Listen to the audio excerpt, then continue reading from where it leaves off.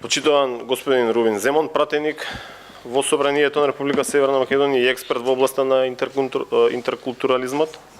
Почитуван господин Сашо Додовски, директор на Младинскиот културен центар од Битола. Почитувана Тања Чачарова-Илиевска. Почитувани представници на граѓанскиот сектор. Почитувани представници на локалната самоуправа на општина Битола. Почитувани медиуми, почитувани учесници. Во име на владата денеска имам чест и задоволство да ве поздравам и да ви се заблагодарам за учеството и за покажаниот интерес да дадете ваш придонес во градењето на концептот за едно општество и интеркултурализам во Република Северна Македонија. Оваа влада во својата програма јасно стави до знаење дека ќе гради општество по мерка на граѓанинот. Општество во кое што сите граѓани и сите заедници ќе се чувствуваат еднакви во остварувањето на своите права и слободи. Сите ќе имаат еднаков пристап до јавните ресурси и јавните услуги и ќе градат култура на взаемно почитување и одговорно однесување меѓу себе и кон државата. Општеството не е апстрактна категорија. Општеството сме сите ние, граѓаните, организирани во разни облици на здружување, бизнис секторот и институциите на централно и на локално ниво. Какво ќе ни биде општеството зависи од нас самите, од носителите на јавните функции, но и од секој граѓанин поединечно. Владата е таа која што треба да создаде секако амбиент за да може концептот за едно општество и интеркултурализам да се гради и да се имплементира. И токму тоа го правим. Тоа пред се значи позитивно нормативно обкружување, пред се во областа на заштитата на човековите права. Исто толку е важно да се обезбеди функционалност на институциите и нивна ориентираност исклучиво кон потребите на граѓанинот. Концептот и посветеност на работите кои што водат до подобрување на условите за живење, благосостојба, демократски развој и зајакнување на јавната свест дека секој од нас е важен во општество, дека секој може да направи по нешто за да изградиме подобро, пред се похумано и помодерно општество.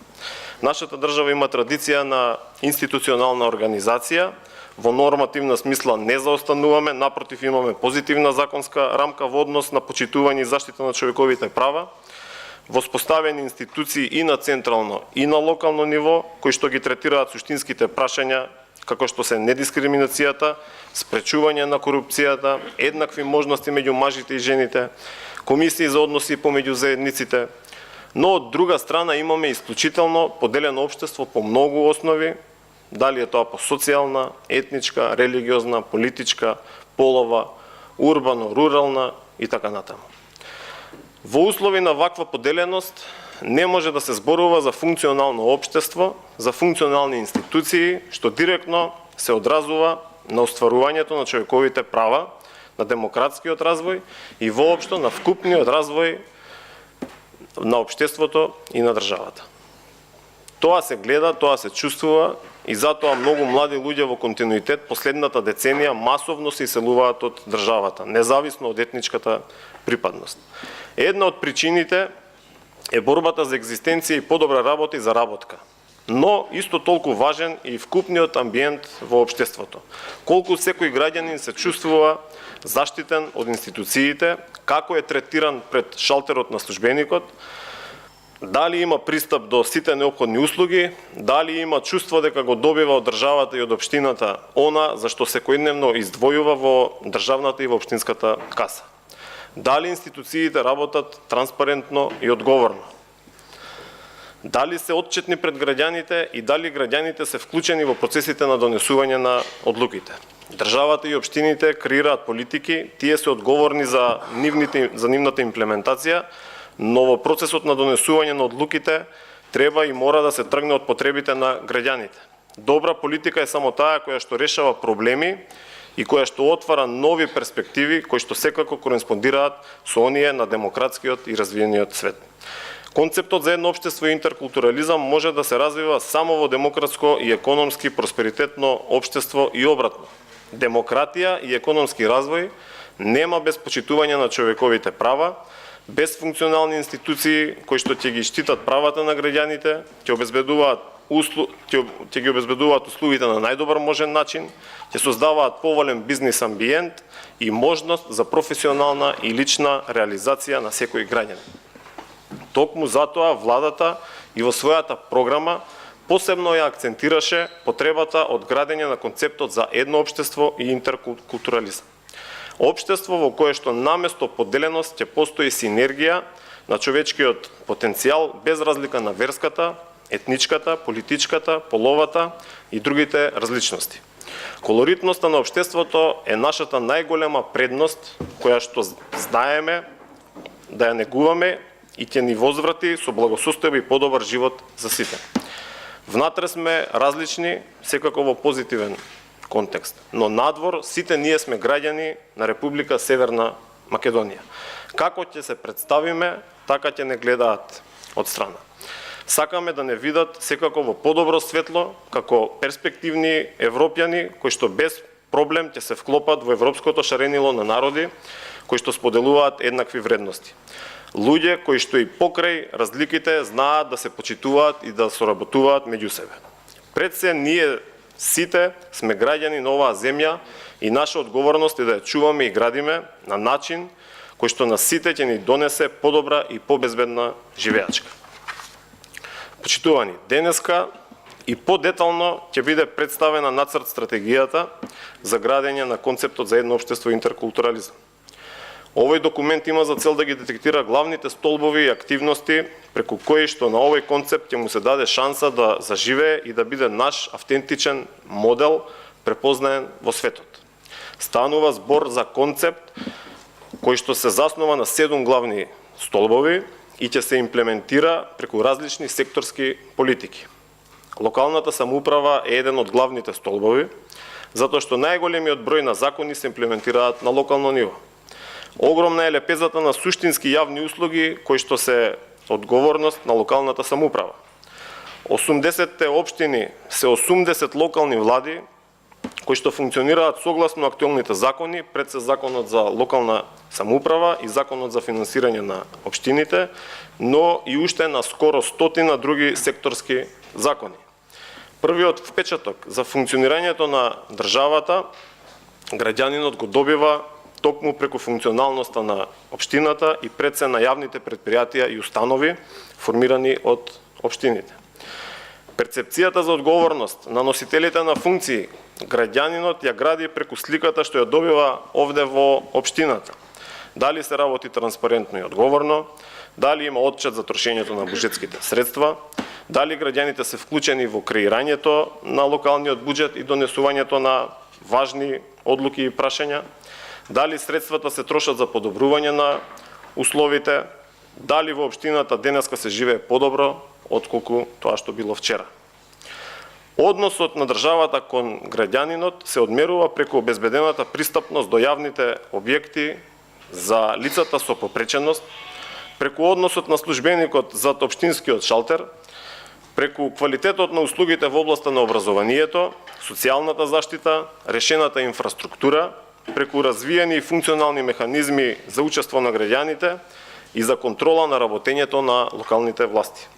Во акцијскиот план за областа локална самоуправа се предвидени активности кои што ќе доведат до реализирање токму на овие цели.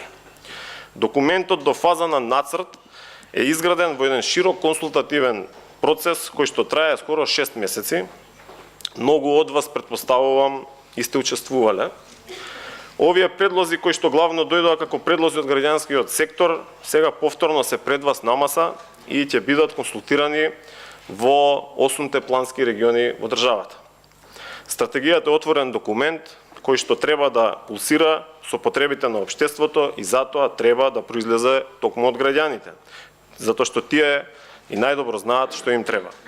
Идејата е до крајот на годината да биде донесен 3-годишен документ кој што ќе ги поттикне процесите на соработка и почитување во функција на градење на едно општество за сите, подобро и по-просперитетно, во кое што секој граѓанин ќе може да си го најде своето место, да живее безбедно, да работи и да придонесува за развојот на државата и на општеството.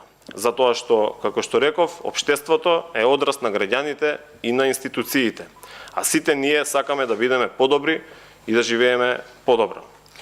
Токму затоа, сакам да ве повикам заедно да ја проследиме презентацијата што ќе следи на нацрт текстот на стратегијата, а потоа и активно да се вклучите во дискусијата. Благодарам. Почитуван заменик министер, почитуван доктор Додовски, почитуван наш иден амбасадор на Република Српска во Обединетите нации, иначе ваш битолчанец, Душко Лозановски, и почитуван професор Тоновски, исто битолчанец, кој што исто дадува прилично голем придонес во сите овие 6 месеци кога се работеше стратегијата. Таја ќе ме опомениш на минута-две пред да завршам за времето, тоа што така сакам малку да понепосредно да поразговараме, да ја доближиме подобро стратегијата и суштината за што се работи, бидејќи ете прилично неколку години ќе слушаме која ова влада едно општество за сите и така натаму, што на многу малку луѓе е јасно што значи тоа. Подоцна ќе покаже и Тања во презентацијата што по тоа стратегија се пораза по тоа едно општество. Меѓутоа кога сета ова работа започна да се планира, се тргна од тоа дека нашата држава е поделена по сите основи. Се разбира најмногу по етничка, политичка и религиозна основа, меѓутоа имаме поделби по други идентитети за кои што може да поразговараме, ќе се споменуваат тие во кога ќе се направи презентацијата. И нашите експерти кажуваат домашни и сите меѓународни организации ни кажува за тоа. Последен пат лани во февруари дојде комесарот на Светот на Европа за човечки права Нил Мужикиенс, кој што рече дека Македонија остана поделена по сите основи. Охридскиот рамковен договор успеа нешто да направи во интеграцијата, меѓутоа пред се во таа фамозна правична застапеност за некои заедници, не за сите, нели? Меѓутоа остана длабоко поделена. Сето тоа нормално нас не загрижуваше, поготово најповеќе се загрижува тоа што се случува меѓу младите, меѓу тие навивачките групи, не може да се оди комотно ниту да спортски надпревара, да нема нели излив на говор на омраза, да нема дури и криминал од омраза во некои случаи и така натаму. За среќа обитно се чуваме че во Скопје се чуваше тоа младите да се тепат по јавниот превоз, па дури имаше и несреќни случаи на смрт и така натаму. Така што веќе се рече стоп, мора нешто се преземи сериозно во оваа работа, пред се поради нашите млади идни генерации кои што треба да израстат во љубов и хармонија и социјална кохезија и тој кластер го имаме подоста. Така да тоа поимот едно општество суштина е антипод на поделено општество. Тука е идејата. Да изградиме општество кој што не е поделено. Едно, можеби единствен дека натаму и другите меѓутоа тоа е едно општество дека подобро се памети. Иако во нашата теорија на мултикултурализмот, или главно има и други дефиниции за мултикултурно општество, интеркултурно општество, може да дискутираме, поготово ако ви интересира, нели подоцна, да не оптерадуваме ова дебата. И вториот елемент кој што прилично ни е битен како термин што се користи прилично се во стратегијата, верувам дека се користи повеќе по политики што се градат, тоа дека Македонија прилично го запостави едно од битните политики или фоскули, да кажеме исто, интеркултурната комуникација, диалог и разбирање. И поради тоа го ставивме, може да дискутираме што е тој интеркултурализам, што е интеркултуралност, ќе видите таму во дефиницијата подоцна се прави разлика меѓу интеркултуралност и интеркултурализам.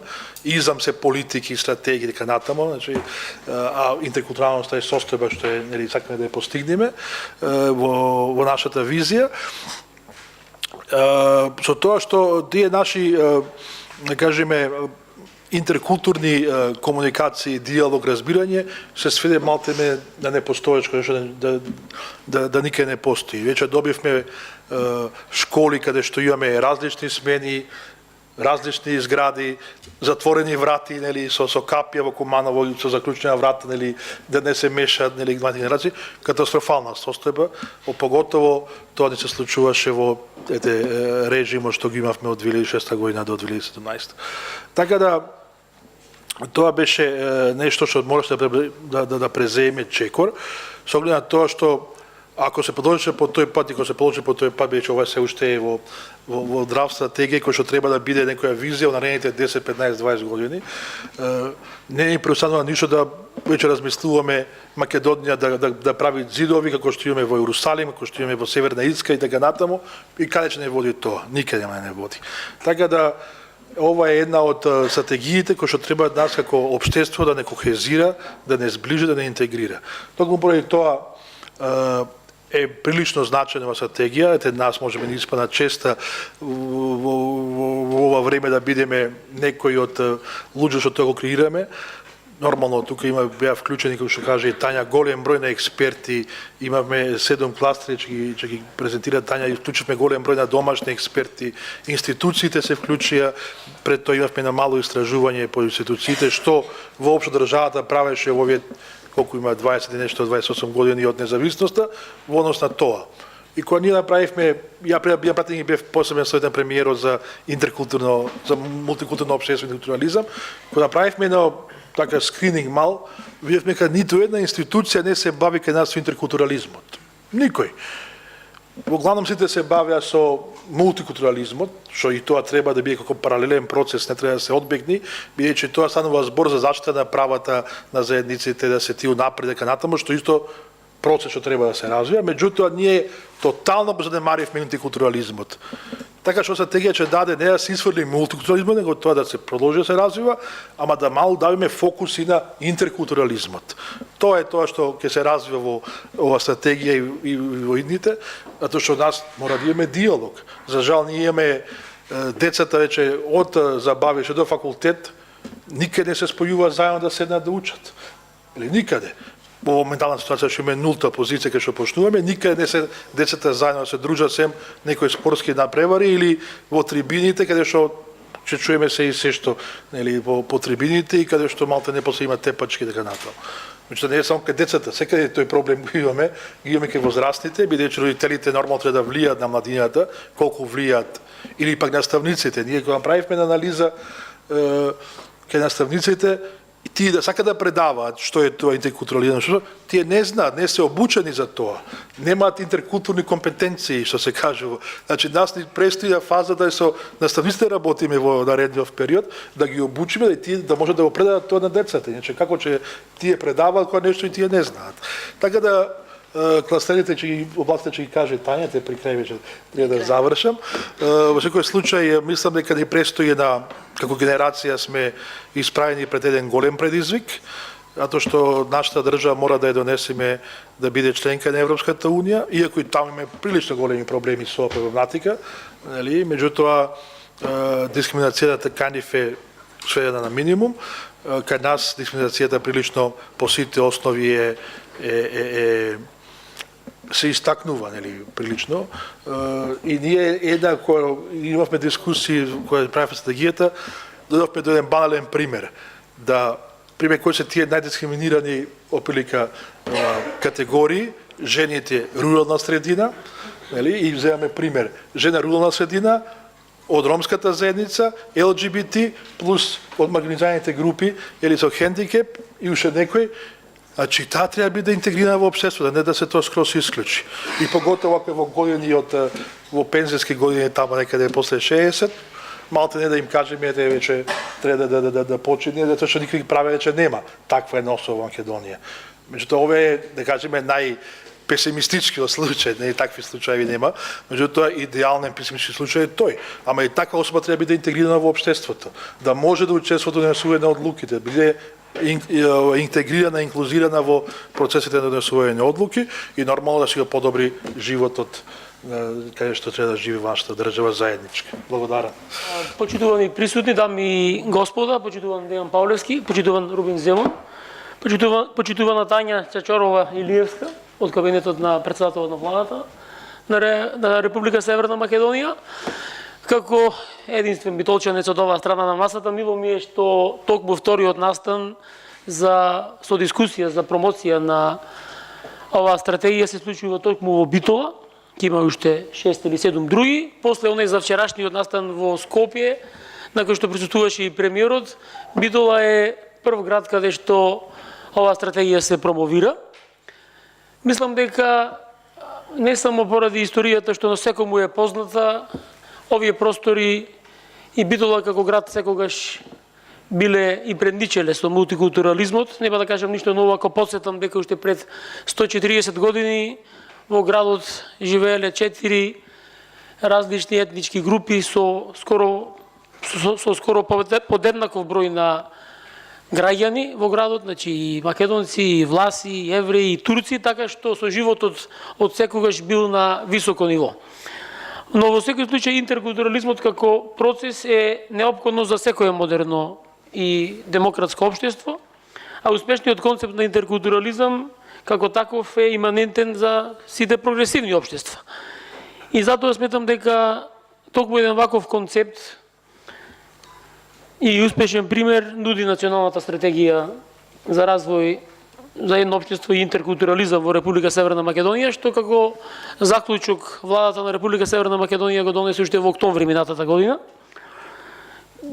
Морам да кажам дека од пред 10 години постои опасност од сегрегација, односно како резултат на ретроградни и погрешни политички процеси почна да се појавуваат одредени примери на поделеност во општеството.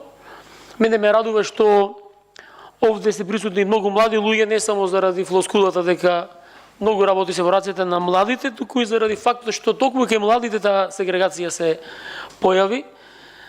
Случувањата како на пример млади луѓе од одредена етничка група да не го познаваат јазикот на мнозинската етничка група или да многу малку да го познаваат се навистина загрижувачки или беа загрижувачки. Убеден сум и безброј други примери, убеден сум дека токму оваа стратегија е извонреден начин да се надминат сите ризици, да се премостат и не само тоа, туку и вистински да се изгради општество кое што ќе биде модерно, современо, во кое што нема да има поделеност, односно општество како што во самата стратегија се вика едно општество за сите. Стратегијата е процес, имплементацијата на една стратегија е процес, а секој процес и успешноста на секој процес зависи од неговото успешно менаџирање. Јас сакам да го искажам моето убедување, да го кажав и пред медиумите, дека овој процес ќе се менаџира успешно и дека на крајот нацрт стратегијата ќе прерасне во стратегија која што успешно ќе се имплементира и која што ќе ги даде очекуваните резултати, односно дека општеството во Република Северна Македонија ќе биде развиено на тоа ниво да нема никаква поделеност помеѓу различните етнички групи, дека сите заедно ќе живеат во соживот во држава која што ќе биде членка и на НАТО и на Европската унија. Нема да се задржувам на детали од стратегијата. Мислам дека од која ќе можеме да ја видиме и после презентацијата, ќе имаме можност да отвориме дискусија во која што сите ќе можеме да дадеме своји мислења и коментари по истата. Благодарам.